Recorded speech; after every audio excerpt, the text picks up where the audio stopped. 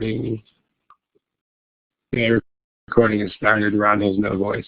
We're doing some sentence correction problems today, and the point is to focus on intended meaning of sentences. And notice this kind of strange graphic that's on the front page here. At least one person here knows what the deal is with this graphic. Maybe you don't. Well, anyway, you're going to find out.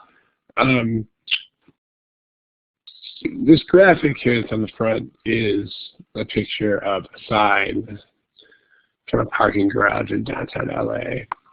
Why would I do that? Why would I put this on the study hall? Well, here's why. Okay, what I'm going to do is I'm going to show you another part of this sign for approximately 5 or 10 seconds right here. That yellow part. Okay, I want you to take about 10 seconds and read this.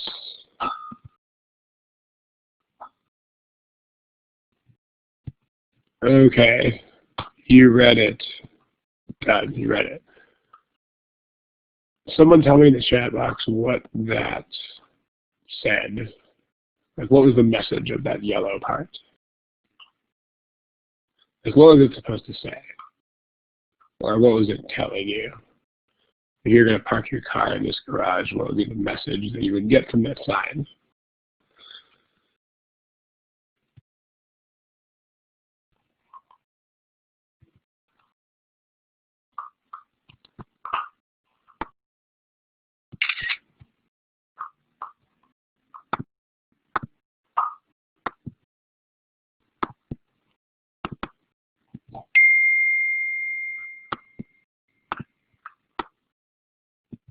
Okay, so, yeah, right? I mean, basically everybody is getting the message of the sign. And in fact, a lot of people might not even understand why I chose that particular sign in the first place.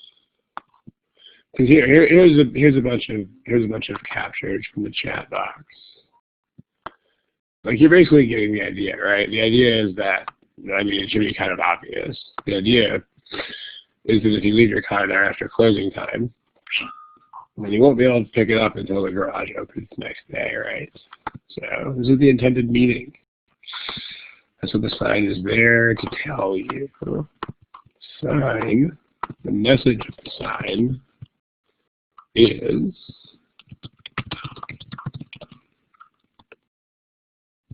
if you leave your car past closing time, you'll have to pick it up when the garage opens the next day, or sometime after that at least. Okay, now, a few of you seem to have actually noticed this, but I bet that most people didn't notice this. That's not actually what the sign says. No, the sign doesn't actually say that. In fact, if you look at what the sign actually says, the sign actually says exactly the opposite of that. Like, if you read this very, very literally, what it actually says is that they will only give you your car back while the garage is still closed. Like, if this sign was literally true, that if you waited until the garage opened the next day, you would be too late. Like, you would basically be screwed. How about that? So there's a couple of things I want you to notice here. There's at least three. First thing, three things to notice here. First thing to notice is that the sign says the exact opposite of what it actually means.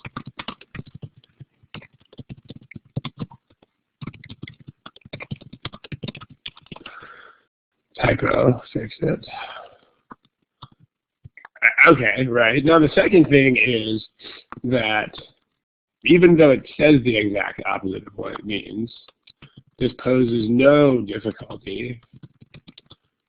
This poses no barrier at all to understanding, because it's easy to use common sense to determine the intended meaning.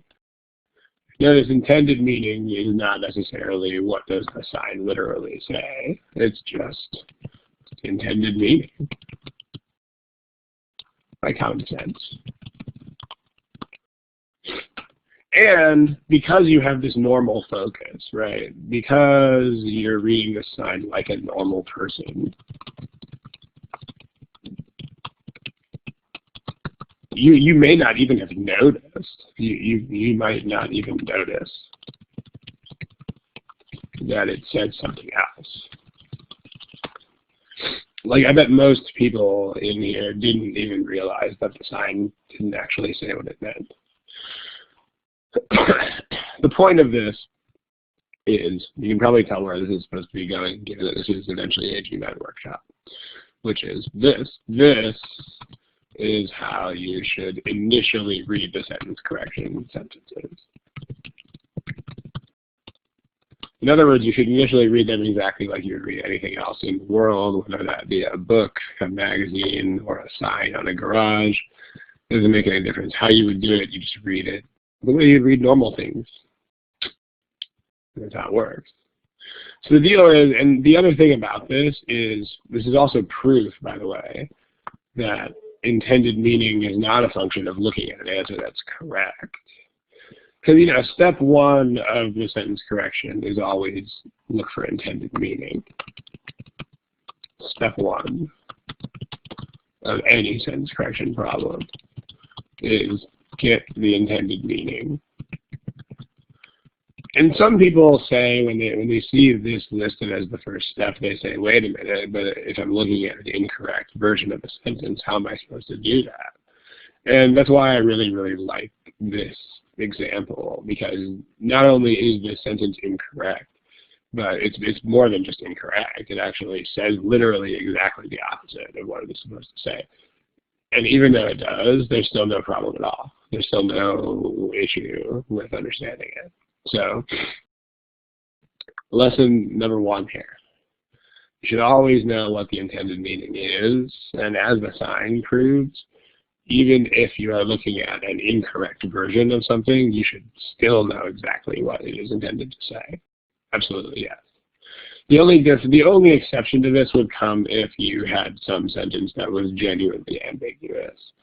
But the GMAT doesn't really test that more than vanishingly few times. So, I mean, this is not a sentence with two reasonable meanings, so there's no ambiguity here. Well, don't forget that if you come up with two meanings and one of them is reasonable and one of them is crazy, then that is not ambiguous. It's the reasonable one. Don't forget that. So, step one in any sentence correction problem is get the intended meaning. Yes, it is. Okay, so let's do some problems. As always, before we do some problems, we got to show you this attribution here. So all the practice problems that you are about to see are from the free GMAT prep software. That is copyright GMAC. So, all right. Let's talk about a problem. How about this one? Remember where you find answers to multiple choice questions. Answers to multiple choice questions are found here. Please do not answer in the chat box. Give us a shot.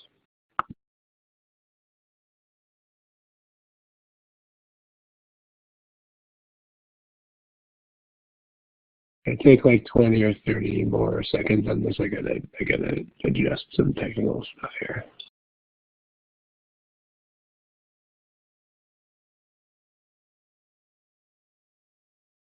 Okay, let's talk about this problem. Okay, so one thing that should be clear, at least, okay, remember the focus of today is using intended meaning to answer these questions. I mean, all the major things that can go wrong with sentences are still in play, of course. And one, it seems most people were able to make the following distinction pretty quickly, which is that the amounts exceed some number, not exceeds So we're down to, just by considering basic mechanics, we can get down to D and E. But now let's talk about that. So there were one or two people who picked one of the choices with exceeds. So if you have any questions about that, you can put them in the chat. All right, let's talk about this. Let's talk about this distinction here. So that's something I've seen in a couple of problems. It's not super amazingly common, but I've seen it more than once or twice. What's the deal with able to? Does anybody know what the story is there? What is that? What is that all about?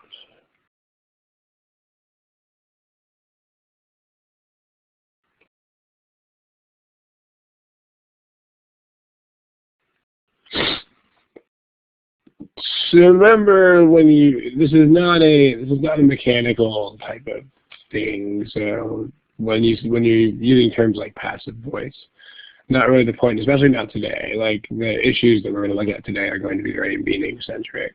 So we're going to talk about what stuff means. I mean, which should always be your focus anyway. But this kind of phrase right here. Able to. I'll give you a couple more. Let me just make up. It's not a tense thing either. Although tense would be a meaning issue, but there are no tenses because there aren't even any tenses here because there are no verbs there. The only verb in this part is exceed because able is a modifier and to be consumed. Remember that to verb is not a verb, but here's a couple of sentences. How about this? How about these two sentences?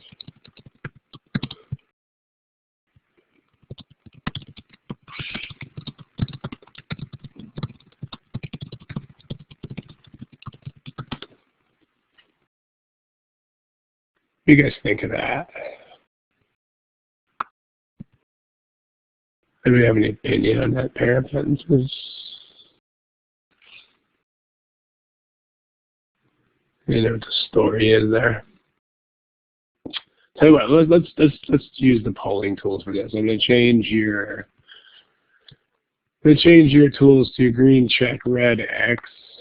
So you'll see where you normally see the multiple choice answers underneath your name. You'll see a check mark type of symbol for the moment.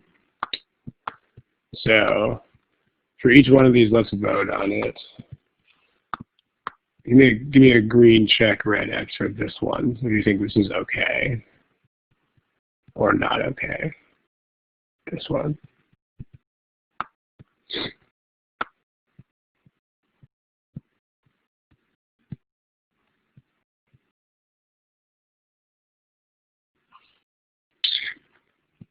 Okay, so everybody thinks the first sentence is all right, and absolutely it is.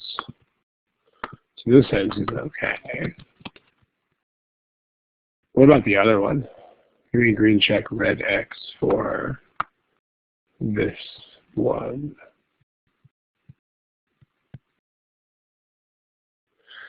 So far exceed and exceed by far, those are both things that are okay in written English. Those are both things. You can exceed something by far, or you can far exceed something. Green check, red X for this. Aha, Derek. Okay, so here's the votes right now that you guys have made. So most people recognize that something is wrong with that second sentence. It is wrong. Perhaps you only recognize that when it is paired with the other version, which is fine, by the way, because notice when you get wrong versions like this, they're going to be paired with something that is correct.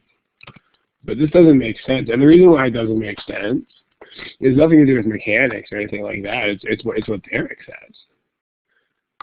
The issue is if you think about what we are actually saying here, in this particular instance, this is not an issue of whether the sound can or cannot do something. This is an issue of whether people can or cannot do something. Like when you see, the same thing with the word capability too.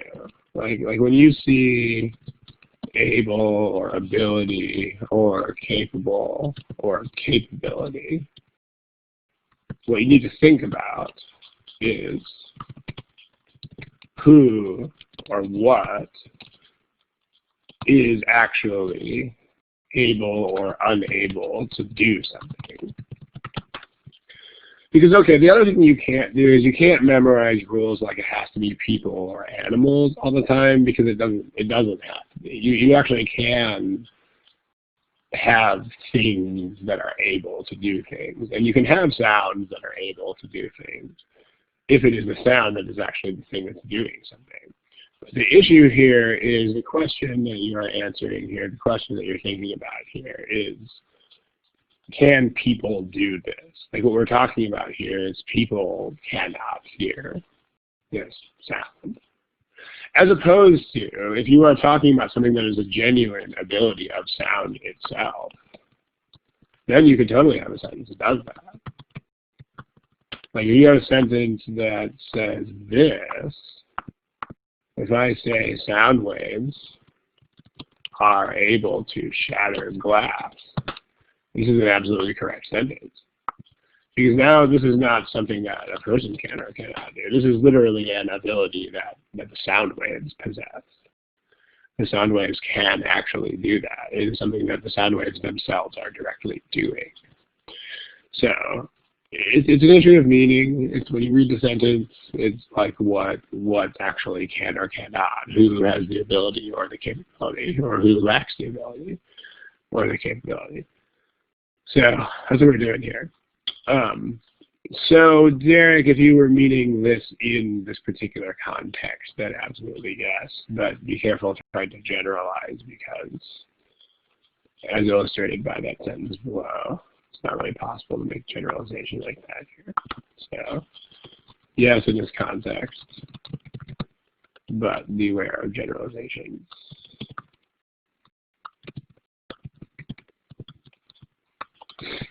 So there you go. Okay. So going back to this, I mean, clearly this has nothing to do with even if you don't know what carcinogens means, you can figure out in this context that it is some kind of chemical that is bad.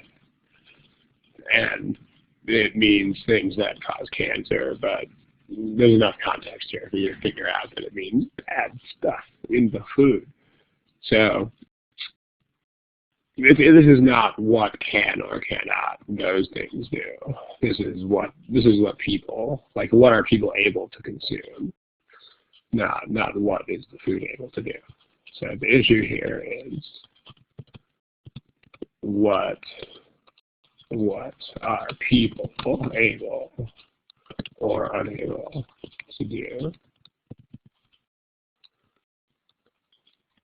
It's not what can the carcinogens do. And it's not what can or can't the carcinogens themselves do. It's what can people do. So therefore this doesn't make sense, and we have E. Now notice the question, let's see. I already addressed that earlier, but I'll say again, exceed by far and far exceed are both things. They are both okay. And I addressed that earlier too. Those are both okay. They are both things. There's not really a difference per se. I mean, there are small subtle differences, but not anything that nothing on the level of this exam. So those are both legitimate things.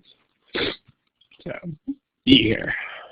There you go. Notice that can and could do not have this distinction. So that's one more thing to know about this. Let's just put another color here. Can and could do not have this distinction. For instance, you can actually say can or could in both directions. So you can say people are unable to hear this sound. You can also say people cannot hear this sound. Also okay. And then this sound is unable to be heard by humans doesn't make sense. But on the other hand, you can also write this sound cannot be heard by humans. This makes sense. So there you go. So you can't apply the same concept to, you cannot apply the same concept to can, cannot, could not, that you can with ability or capability, and so on. I mean, there are some other differences, like when you say unable to, you mean in general, this is an ability that people do not have, as opposed to cannot might just mean in this one particular context. Like if I say I cannot hear your voice to someone, then that probably just means right now, at this exact moment of time there's too much noise. But if I say I am unable to hear your voice, that's like if I'm talking to someone on Skype, you know, I am unable to hear your voice on Skype. That means I just can't hear you at all. So in general, you'll see that that's not the kind of thing this test would test. All right, anything else about this problem? So those would be, in terms of context, you know what that means, right? Because it amounts exceeding something else. So this would be the amount of suspected carcinogens. Would be those. Those would be the amounts. Those would be the amounts of these things. Because those amounts exceed the amounts that humans can consume, which is plural, and so those is used for it quite correctly. All right, let's do another one.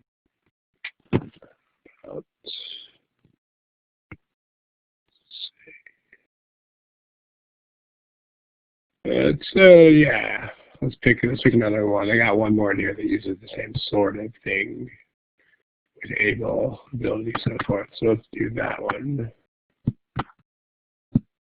Go for it. Same thing with multiple choice answers.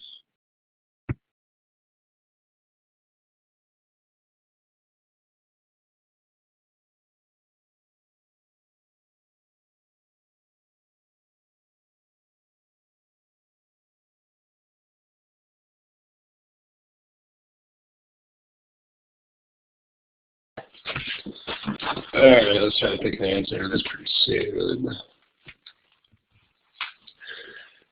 Especially in light of the fact that we have already discussed the whole able thing. So that should help you answer this more quickly than otherwise. Let's go ahead and pick an answer, please.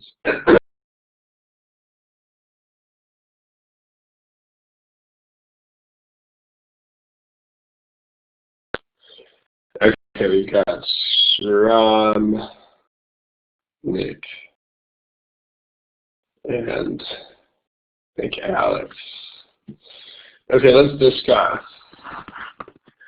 So this whole notion of able and unable and all this other bit, so we can use that. Because enable is used in the same sort of way. So if you enable someone or something to do something else, it doesn't have to be a person or animal. If you you can enable sound to shatter glass by giving it a high enough pitch or frequency or whatever it is that does that. But enable is the same sort of thing, same meaning implications as able.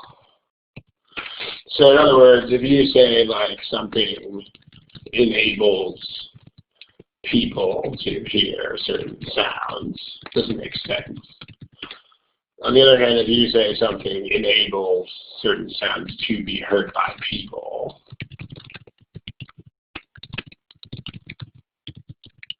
then it doesn't really make sense. because that's not an ability possessed by the sounds. That's an ability of people. So if you take a look at this, if you enable, you don't, I mean, think about whose ability, right? This is a sentence that talks about an ability that scientists now have. That's the point. The point of the sentence, regardless of how it is originally written, the point of the sentence is that scientists now have the ability to unravel certain secrets of science. I mean, the secrets of, what is it, embryo development or whatever, I mean, those are not able or unable to do anything here. So, enable the secrets to do something that doesn't work because it just doesn't make sense. Okay. Now, the other type of thing is this modifier here. So what is the deal with this kind of modifier?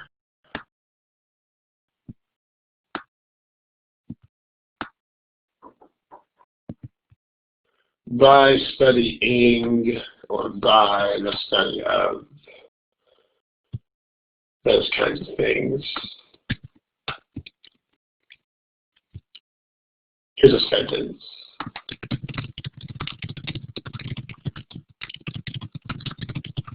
And here's another sentence that's a lot like that one.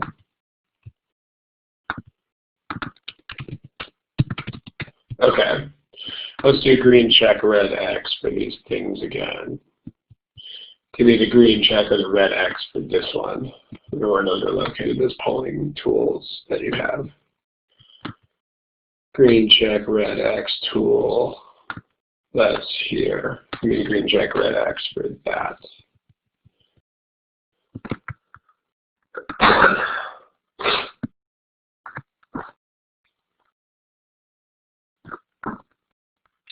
Again, as most of you have correctly identified, not everyone, but most of you, this doesn't work.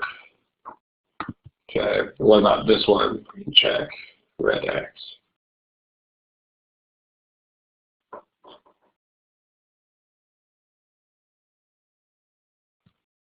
Really? Interesting. Most of you are saying this works. This one also does not work. This is also incorrect. Most people voted it correct. I'm going to suspect that most people voted it correct just because the other one is incorrect. But that's not really how it works. I mean, here's a version that actually does work. The version that actually does work is this. That's the version that actually works. Notice, because the first two, they're different, they're structured very differently, the first two are from this last one. So, the reason why the first two don't work is because you start with this modifier. And when you have modifier like this at the beginning of the sentence, if you have this type of modifier that doesn't specify who or what was coming up from school, then it defaults to the subject that comes right after it. So that's how these modifiers in general are used. This is a modifier, and so you say who was coming home from school, or who or was. Same sort of thing, this is still a modifier. I mean, adding while doesn't do anything to make it not a modifier, and it doesn't specify a subject. So this is still a modifier. Still has the same issue, who or what was coming home. This, though, this is not a modifier anymore. I mean, this sentence now, this is a complete sentence. And so is this. So, this is a complete sentence. This is another complete sentence. Not a modifier, so you don't have the same kind of dependence. So the reason why the first two don't make any sense is they are telling you that the wind had to come home from school. So the thing that joins these sentences is the word as. So that plays the connecting role there. It's not just sentence, comma, another sentence. If you did write the sentence that way, coming up from school, I was going on my bike, that would work. And if you kept the purple part the same, that's how you would have to write it. If you kept this here, this would have to say I was blown off my bike by the wind. Yeah.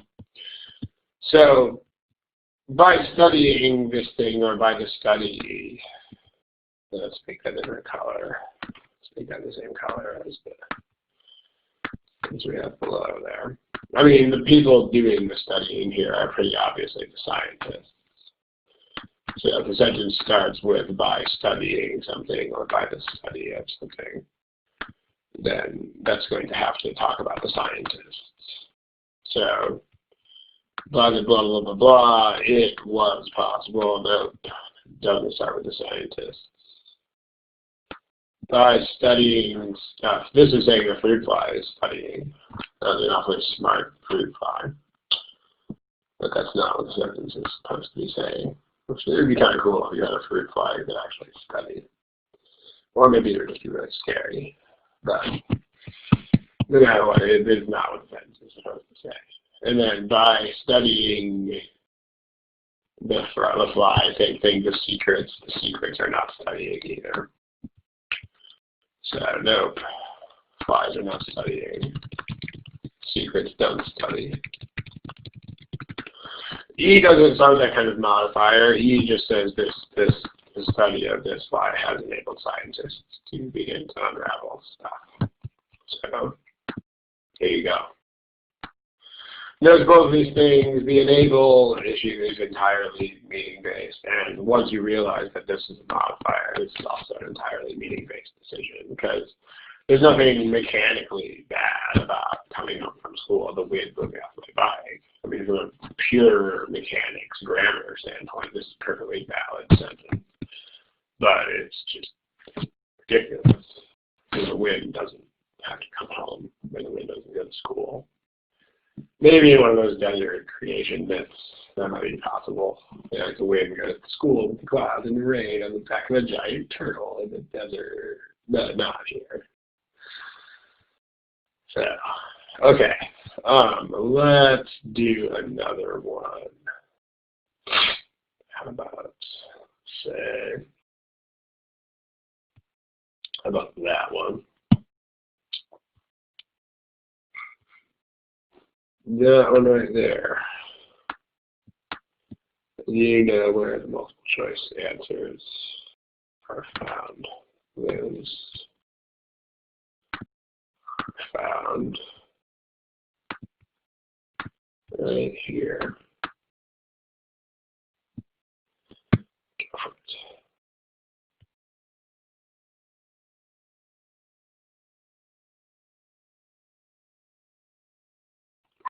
All right, let's talk about it. So this one, unless you did very well on this problem, so we can probably roll through it pretty quickly and move on to another one. So what's the intended meaning of the sentence? I mean, remember, it's like that sign. This is not what does it literally say in terms of mechanics. This is like who should you write the textbook for?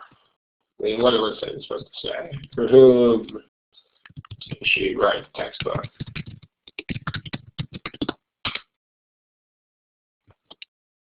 Chat box. She wrote the textbook for Spanish speakers. And specifically, why? Why did she? What is their whole situation with buying on translations or whatever?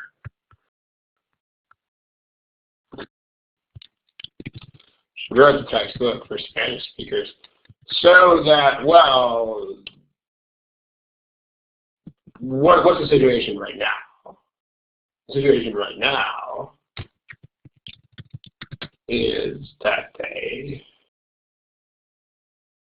like before this textbook hits the market, what is the situation in which they find themselves? Yeah, the situation they find themselves in right now is that they have to rely on translations from English. because this is not a thing that exists yet, right? So she wrote a textbook for Spanish speakers who currently do have to rely on translations from English, so that they don't have to anymore, so that she can like release them from that reliance. You know, so that's the intention, right? So that they can be released from that reliance, so that they can just read their own book and not have to read transmissions. So this is the point, right? Like, a number of people pick choice C, and there is nothing mechanically wrong with choice C. But see, the problem with choice C is that you have people speaking Spanish who do not have to rely on translations. This is exactly the opposite of what we need to say. Like, if we're going to say she wrote the book for people speaking Spanish who do something, we would have to say she wrote I mean, we could also write the sentence. We chose not to write the sentence this way, but we certainly could also write the sentence as she wrote the textbook for Spanish-speaking people who currently have to rely on translations from English. And this would be a workable sentence too. Saying the same sort of idea. I mean, if you say she writes the book for people who currently have to rely on these translations, then it is pretty obvious what we mean. So no longer they won't have to rely on them any longer. So, you're right. So if you're reading a translation, then it is still Spanish, which is the point. Right, she's writing for people who cannot read the books in English. Because if they could, then they would not need her book in the first place. So, yeah. So this is the opposite of what we want to say. This is not the point. This is quite the opposite of the point. Because this is what we would want to say. Okay. Other choices. So now the other thing is this, right? There's a redundancy issue that Derek noticed. If you say that someone wrote a book in Spanish for people who can read Spanish, that is a redundant construction. So, because I mean, if the book is in Spanish, then of course the book is going to be for people who know Spanish. So, yeah, sure. There are other problems then too, but so now you're not being redundant because you're making another statement now. She wrote a Spanish language book so that Spanish speakers do not have to rely on translations from English. So, and then in terms of E, so D is exactly what we want to say. We want to say that people who speak Spanish do not have to rely on translations from English. So this is the choice we want. Nobody picked choice E, presumably because you probably all recognize that the meaning makes no sense. I mean, so that people can speak Spanish and then do something else. I mean, the book does not help people speak Spanish.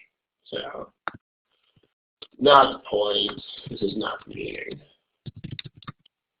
The book does not help people speak Spanish. In fact, it is quite the opposite. The book is only for people who already know Spanish. So it's not. This is not only is this not the right meaning, but it is in fact guaranteed not to be true. So there it is.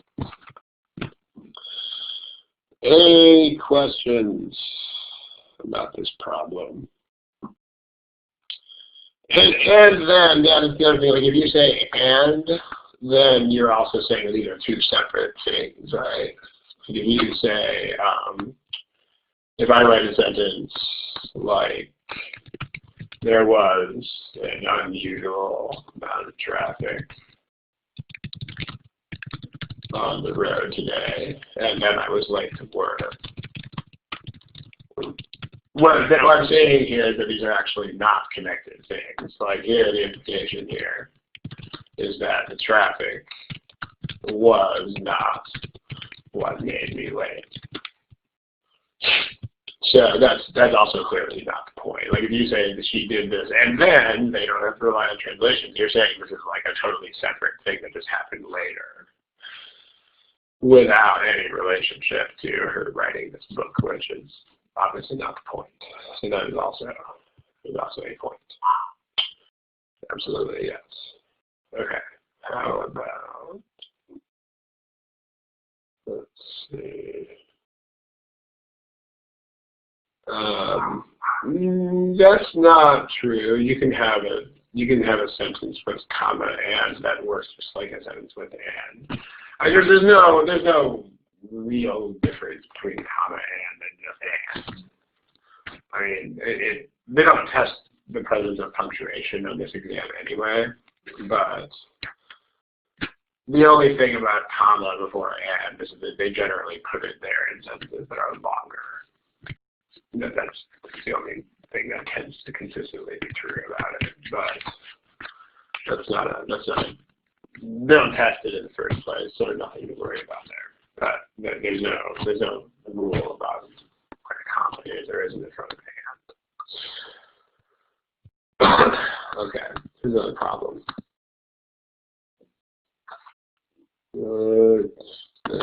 That one.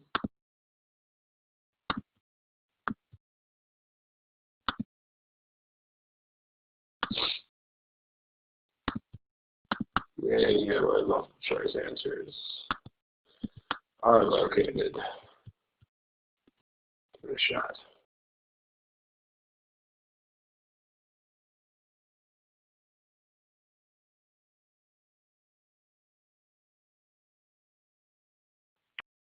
Okay.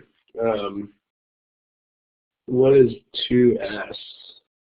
I'm not sure what 2S is supposed to mean. Two subjects. Okay. Is that a reference to this from?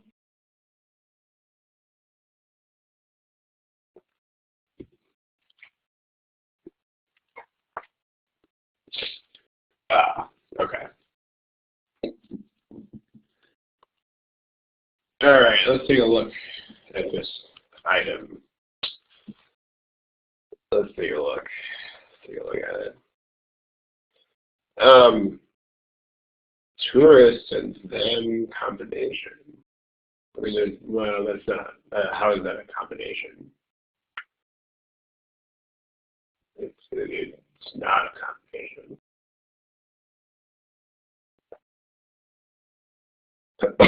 I definitely have no voice. That is very true. You guys can hear me, though, right? My voice is on, but can you at least hear what I'm saying?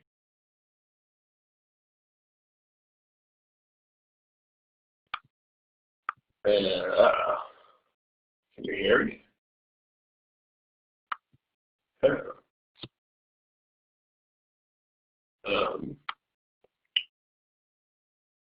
Okay, you can hear me now. Oh, that was weird. My internet might have blipped out for a second there. Okay, let's discuss. Before we talk about anything else regarding this problem, let's just talk about the straight meaning of the problem. That's step one, right? The intended meaning of the sentence. Why were the chambers closed? Like, why did the chambers need cleaning to repair?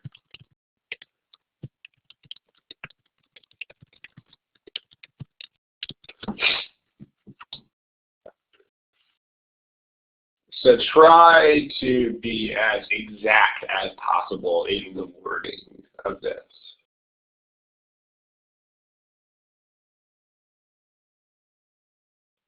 Yeah, it's not the moisture. That's the thing you have to realize here. It is not. It's not the moisture itself.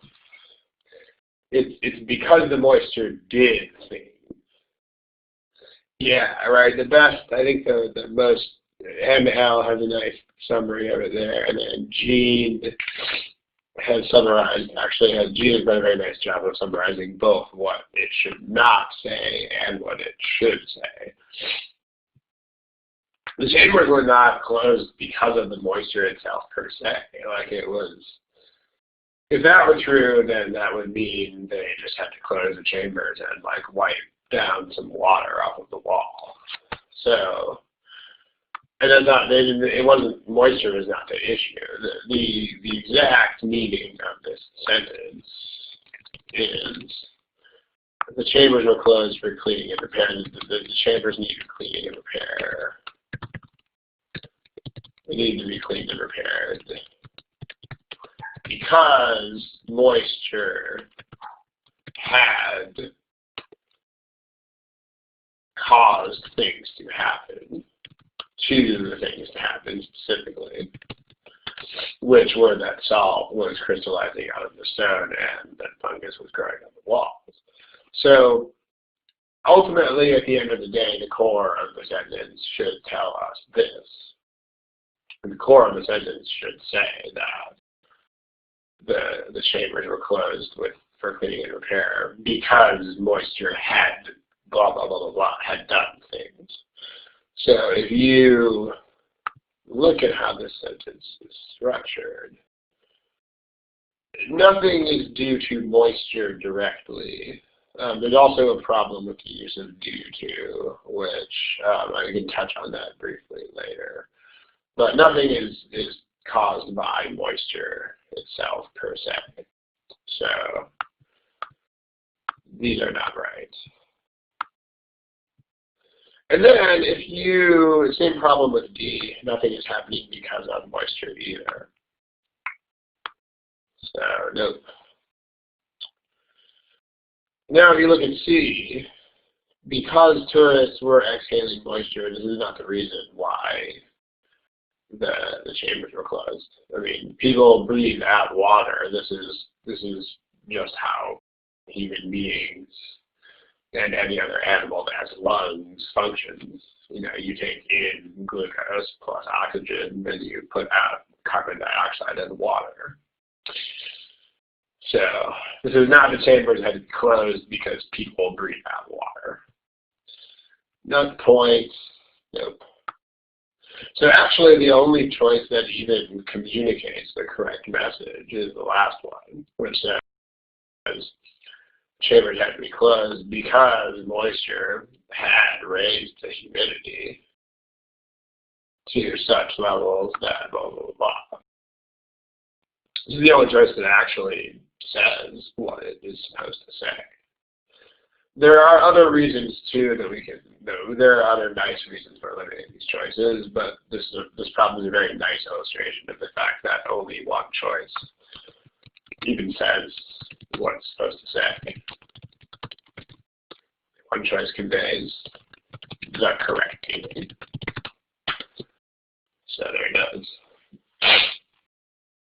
So C is, I mean, again, this is not the point. I mean, we did not close the chambers because people breathe out water. That's what C is literally telling you. It's saying that C says the chambers had to be closed because tourists breathe out water. That's not the point.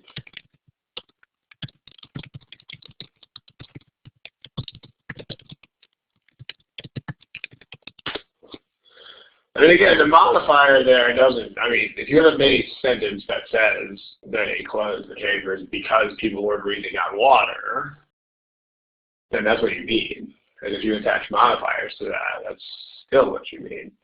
Like if you mean to say they closed the chambers because the water was causing things to happen, then you actually have to write that they closed the chambers because the water was causing things to happen.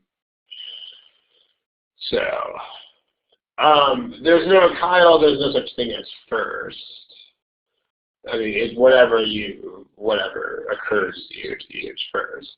I mean, there's no order. I mean, anything that is an elimination is an elimination. So when you eliminate on other criteria first, that doesn't change anything about other eliminations.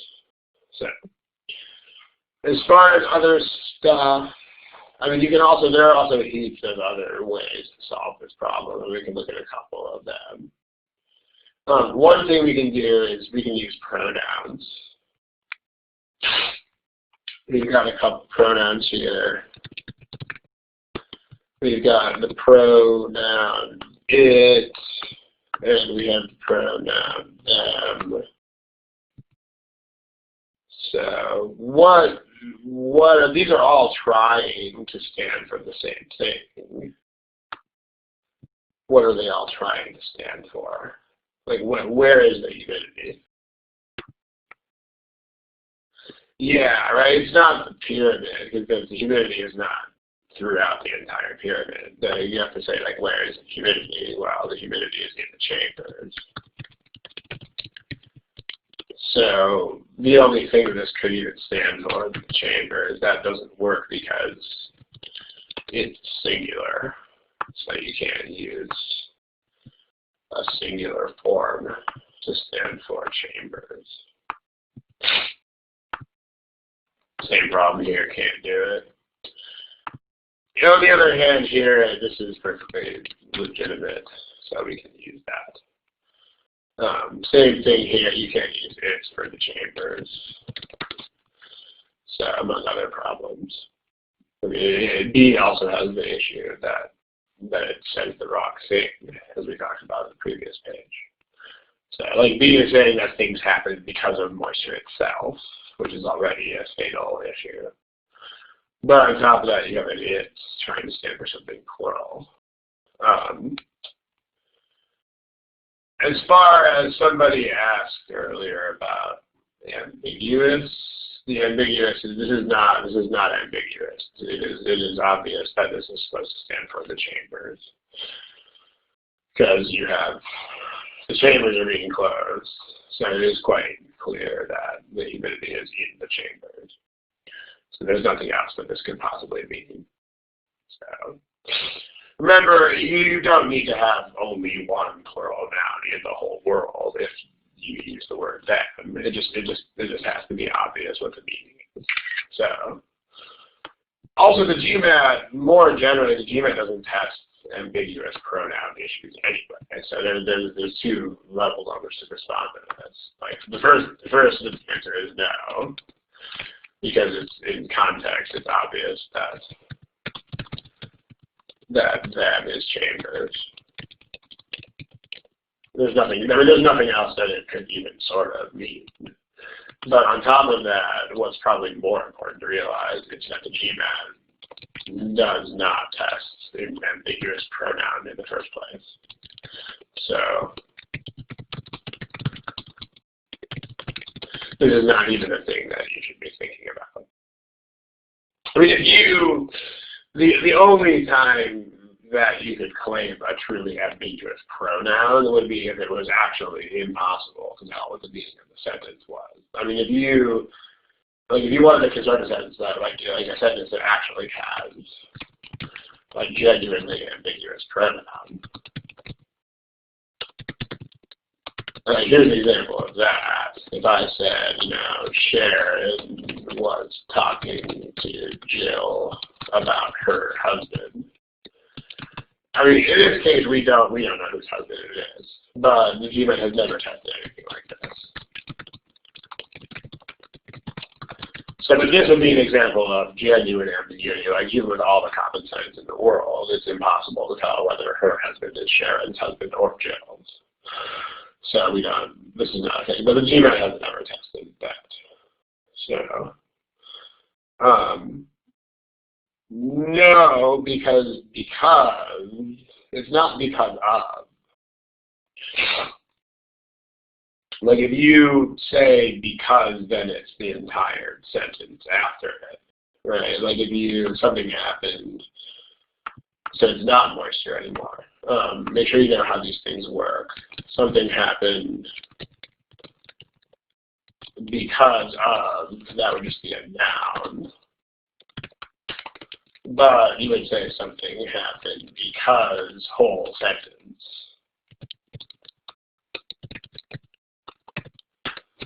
So if you, like here are 2 examples. If you, let's see, how about school was canceled because of the earthquake that destroyed several buildings downtown. Versus if I wrote school was canceled because the earthquake destroyed several buildings downtown. So these sentences don't say the same thing. Like if you, because of refers only to the noun and not to the sentence. So in this sentence, you're saying the earthquake is the reason school was canceled. And I mean, just the fact that it destroyed more downtown buildings is just another detail that I'm telling you. But like this sentence is like the same earthquake that destroyed all these downtown buildings was also the reason why they canceled school. But in this case, school was canceled because of the earthquake. On the other hand, this sentence, when you say because, this is because the earthquake destroyed buildings. So it's not, okay, earthquake, we're going to cancel school. This is, oh, hey, crap, bunch of buildings fell down, so we're going to cancel school. School is canceled because a bunch of buildings were destroyed.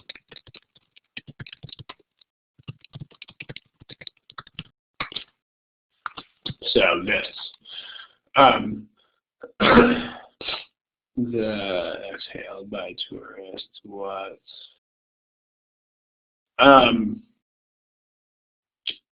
Gaurav, if that is true, then that's just the OG solution. Guide writers not knowing how to explain things better. One thing you should know about the solutions in the OG is that they are very frequently incomplete, and they are actually often incorrect. The OG answer keys are not written by the people who write the problems.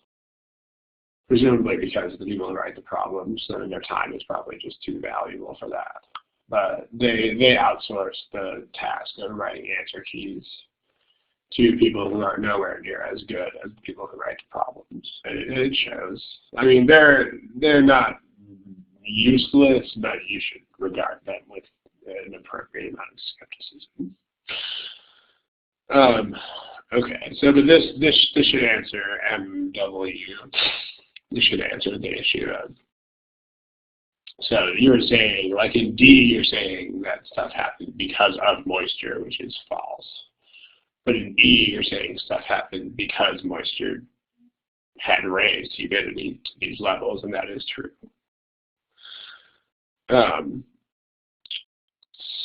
So no, there isn't. And if in fact because of and due to are not only can they not be used interchangeably, but they are in fact mutually exclusive. So if you the easiest way to understand due to is to understand that it means the same thing as caused by. So in other words, it just describes a noun in front of it.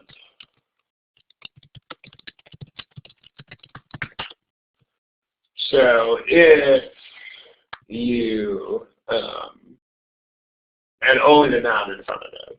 So if, and by the way, this is very, very frequently, this is a formal standard, and this is very frequently used incorrectly in informal English. So this is one of the very few things that if you just read a lot of stuff on the internet, you actually might wind up with an understanding that is at odds with the formal usage that is on the text. But here's an example. If let's say I was delayed by an accident because I was delayed by an accident due to I was delayed by an accident due to a bridge collapse. So what this means is that there was an accident that was caused by a bridge collapse. Notice that you can write this sentence as, I was delayed by an accident caused by a bridge collapse. I mean, this is the easiest way to judge due to, is just to take it out and put it in caused by. So what this sentence means is that a bridge collapse caused an accident, and then that accident, maybe I was delayed by that accident. Okay. Now, if you say something like, I was delayed by an accident, or like I was delayed by traffic. Here, tell you what, let's do this. I was delayed by traffic due to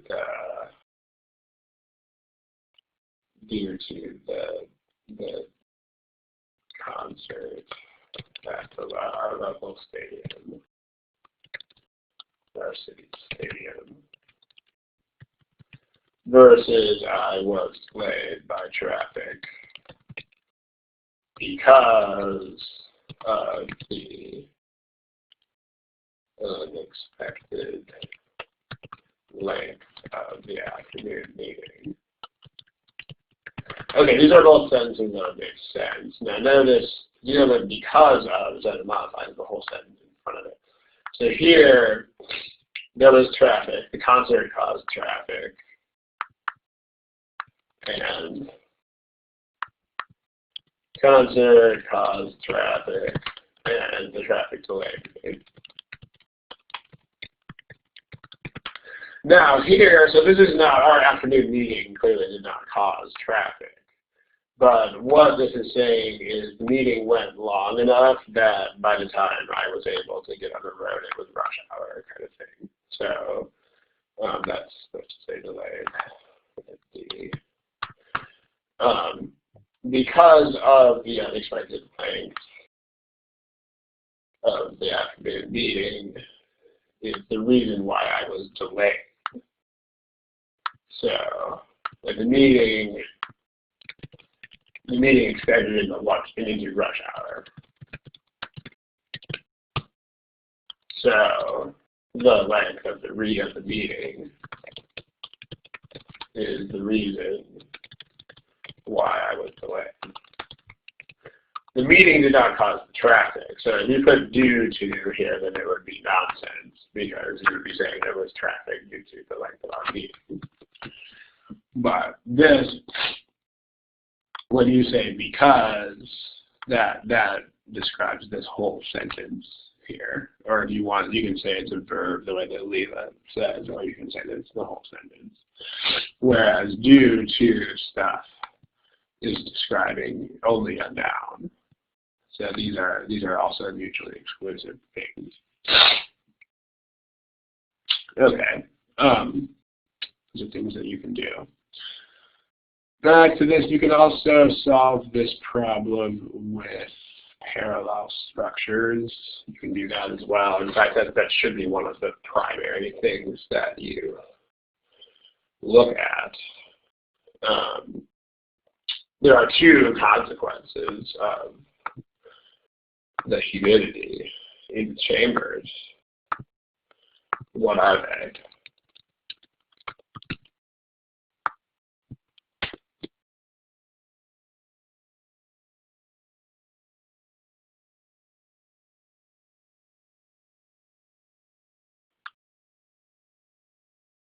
What are the two things that are parallel here?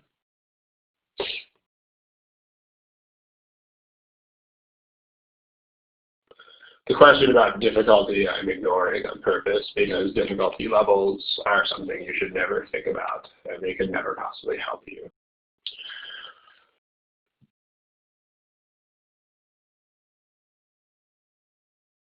Yeah, fungus was growing and salt was crystallizing, right? So there's two things that are happening in the chambers because of this humidity. And those are the two adverse events that are precipitating this need for cleaning and repair. The first one, because you can notice that the sentence ends with and blah blah blah, so you know that the second thing that's happening is fungus was growing on the walls. So I guess it is they were, because this was in the past. So then you just go back, if you didn't catch it the first time, you go back and figure out what the other part is. So something was happening and in addition fungus was growing. Ah, well, salt from the stone was crystallizing. And since fungus was growing is not even underlined, you actually know the exact form that this must take. It has to be salt was crystallizing. So, because anything else would be parallel. So salt was crystallizing, that's a parallel structure. It has the wrong meaning and it's a pronoun issue, but parallel-wise at least it is fine. Salt would crystallize and fungus was growing. Nope.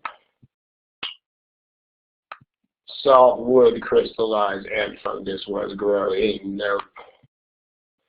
Make the salt crystallize and fungus was growing. No way. And salt was crystallizing and fungus was growing. We have a winner. There it is.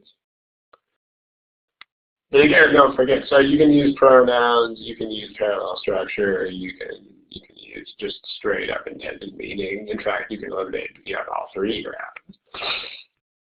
But don't forget that you can actually eliminate all four wrong answers in this thing by just knowing what the sentence is even supposed to say in the first place. It's kind of neat. Okay.